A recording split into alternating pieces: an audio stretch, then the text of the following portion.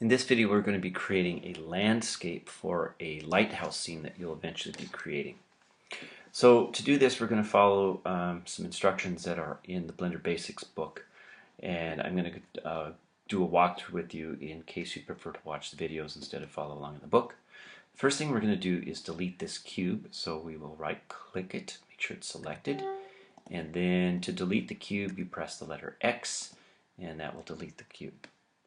Now we're going to go and add in a plane. So you want to make sure that your 3D cursor is roughly near the center here. And we're going to go to add a plane in. So we'll go to add a mesh plane. Now the first thing we want to do is we're going to resize this, but we're going to resize it very specifically by using the numerical transform panel, which you can get to by typing the letter N. And we'll scroll up in here in the letter N, and here's where we can set the scale. We're going to scale it in the X direction by 10 and scale it in the Y direction by 10, and we'll go ahead and scale in the Z direction by 10, although that really won't do anything. They suggest that we do it anyways. The next thing we're going to do, I'm going to scroll out just a little bit, and we need to go into edit mode by pressing tab. We want to make sure all the vertices are selected, which they are. If they aren't, you could type A and A again and make sure they're all selected. And then we're going to go subdivide this 6 times. So the subdivide is over here in the transformation panel or in the toolkit, and I'm going to type it, or I'm going to press this button 6 times. So 1, 2, 3, 4, 5, 6, and that will give me a nice shape that looks like this. Okay. Now, so that gives us a plane that we're going to be putting our landscape in. Next, you need to type A to deselect all of them again. And at this point, I'm going to type the number 7 to go into top view. I'm going to be looking down. And I'm going to be selecting a range of the vertices that are kind of in the back edge.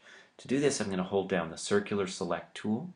Notice my circle is fairly small, so I can scroll the scroll wheel until it's a little larger, and I'm going to now go in and grab some vertices that kind of look like this. We're going to get the whole back corner selected, but then kind of roughly select the stuff that's in the front. Okay, so and then I'm going to come in and go like this. Okay, so this is going to be a shoreline where we're going to have water and a mountain forest and so forth, and our lighthouse is going to be up here on the shoreline somewhere. Okay, once that's selected, the next thing we're going to do is we're going to look at front view by pressing, well, first of all I want to get out of the selection, so I'm going to hit escape, okay, and then I'm going to go to the front view. Now you're not going to see much here because you're looking at a plane, okay. But what we're going to do is we're going to take those vertices that are selected and we're going to type G and then Z, and we're going to move those vertices up in the Z direction. Okay. Okay, and we'll move them up about this much.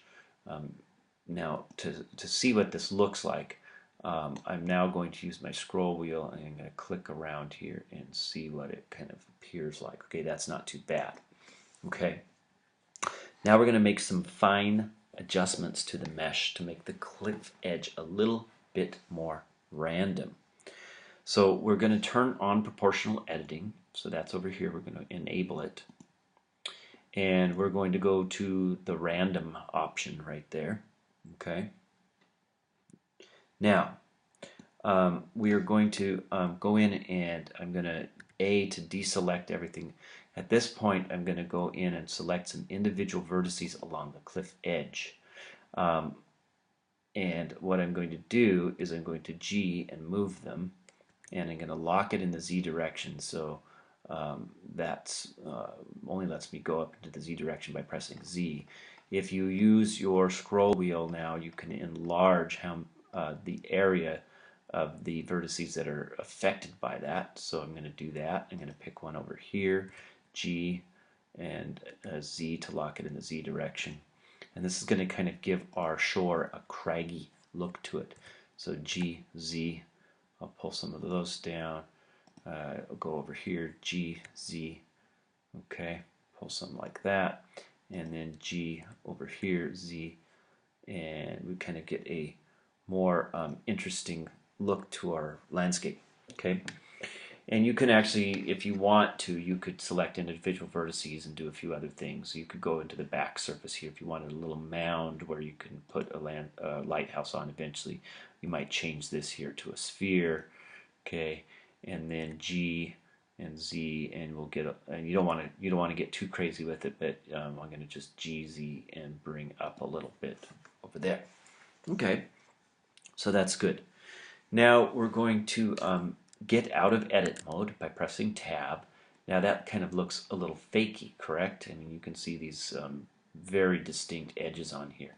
That's where for our object tools I would probably add some smooth shading, and then it starts to look a little bit more realistic. Okay? So the next thing we're going to do is we're going to get the camera set up properly. So we're first of all going to go to top view by pressing the 7 key, and the camera is right here. Okay.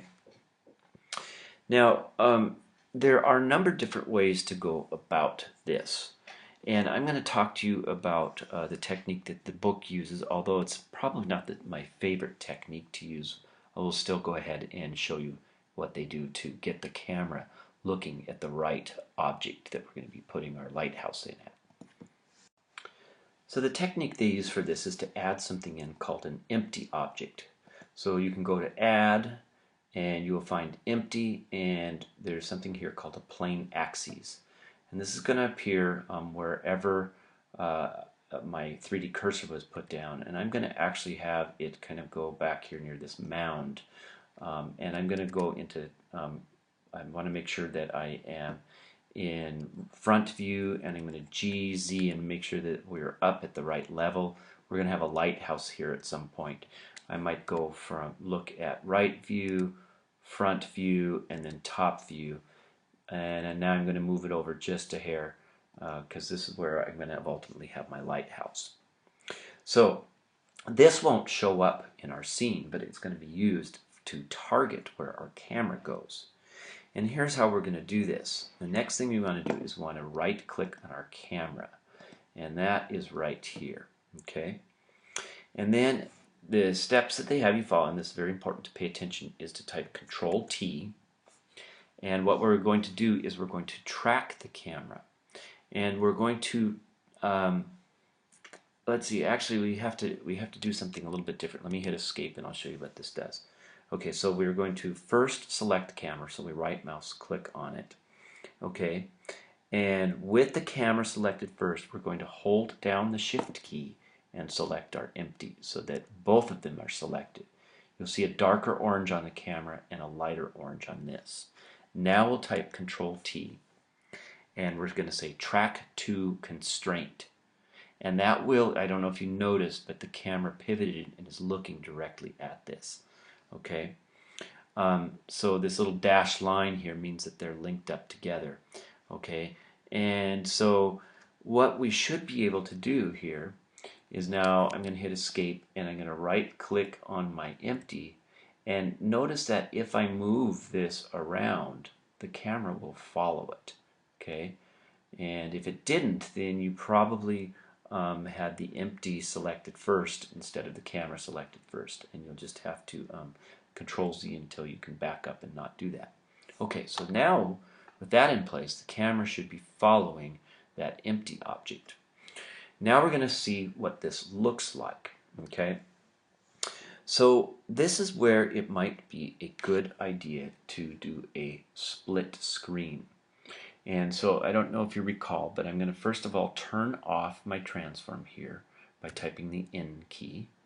And now I'm going to drag these little hashed lines up here, and I'm going to come out so I have two screens to look at. Now I don't want to see the toolbars here either, so I'm going to press T, and I can even press T again. In this screen, and it doesn't really matter which one you do, I'm going to type the letter 0, or I shouldn't say the letter, the number 0 on my numpad to look at what the camera is, I'm going to see from my camera when I render my scene out. And this is kind of okay, but I'm really actually missing quite a bit of stuff here. But so what I can do is now I can start moving my camera back, or I can move it around um, until I kind of see more of my scene. Okay, so this looks pretty good, except I do want to see a little bit of the water, and so I'm going to come out here. I don't want to see the rough edges necessarily, and we'll talk about how to fix that later.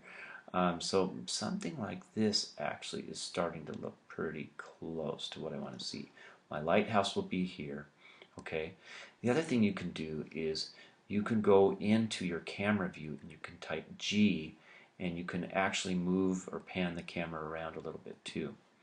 Now, I actually want to bring my camera down in the Z direction a little bit. So to do that, I'm going to go back to this window and I'm going to look at front perspective. I'm going to scroll out and make sure my camera is selected. I'm going to GZ, and I can bring my camera down a little bit, and that looks pretty good. Now I might even take the empty object and target it around a little bit, or move it until I see what I want. Okay. When that all looks good to you, if you want to see what it's going to look like once it's been rendered, you can go to Render Image, and this will be and you probably want to zoom in and zoom out a little bit. This is what it's going to roughly look like once you create the image, and that's pretty close. It's kind of what I want out of this. To get out of that, you hit Escape. Now, if you do remember, I'm going to slide this back over to close that window out, and I'm going to bring my tool shelf back, and there we go. There's what my final view is going to look like. Now, the last thing is to talk a little bit about lighting. Okay, the lamps are right here. I'm going to go, or the lamp, I only have one lamp right now. My lamp is right here. I have to hit numpad 7 to get in top view. It's usually a good idea to have at least 2 or 3 lights in your scene, particularly if it looks too dark. So to duplicate, you can type Shift D and it will create an exact copy of that light. So I'm going to put a little bit more light over here. I'm going to render it and see what it looks like. Okay, that's pretty good. I actually like that. And I may put one more light, so I'm going to Shift D, and I may put one more light kind of back here near where my lighthouse is ultimately going to go. This is called 3-point lighting when you have 3 lights. And I'll render that and see what that looks like, and that I like that. That's going to be good. Now ultimately we're going to be putting color and texture on it. I'm going to go ahead and put some color on it right now. We'll deal with the texturing later. But to get texture on, you want to make sure that the plane is selected, and then you're going to scroll over here, and I think I said the wrong thing. We're going to put some color on it. When you click the little circle here, we're going to add a new material. Then I can choose, actually what I'm going to do right away is I'm going to go to camera view to see what it's going to look like. So I type numpad 0, and I'm going to make it green. Eventually we're going to be adding some water in here. That green is really bright. I can pull it down by dragging this down a little bit. Okay, and maybe add a little bluish tint to it. And let me do a quick render now and see what that looks like. Okay, I don't really care for the bluish tint, but you can adjust it and see what you like. If you don't like any tint on it, you can take this intensity and slide it all the way down, and it will look very flat. So this is kind of the flat appearance, but I actually like to have a little bit, but probably not blue. We might try it for a little bit of yellow. Let's see what that looks like. Okay, I like that better. All right. So I'm going to hit Escape to get out of that mode. And now what I want you to do is save this file. Save it to your H drive, your common drive. And we're going to call this, we want to call this landscape. So I'm going to put it on my desktop right now, but this will be the landscape file that we'll be eventually adding in a lighthouse to.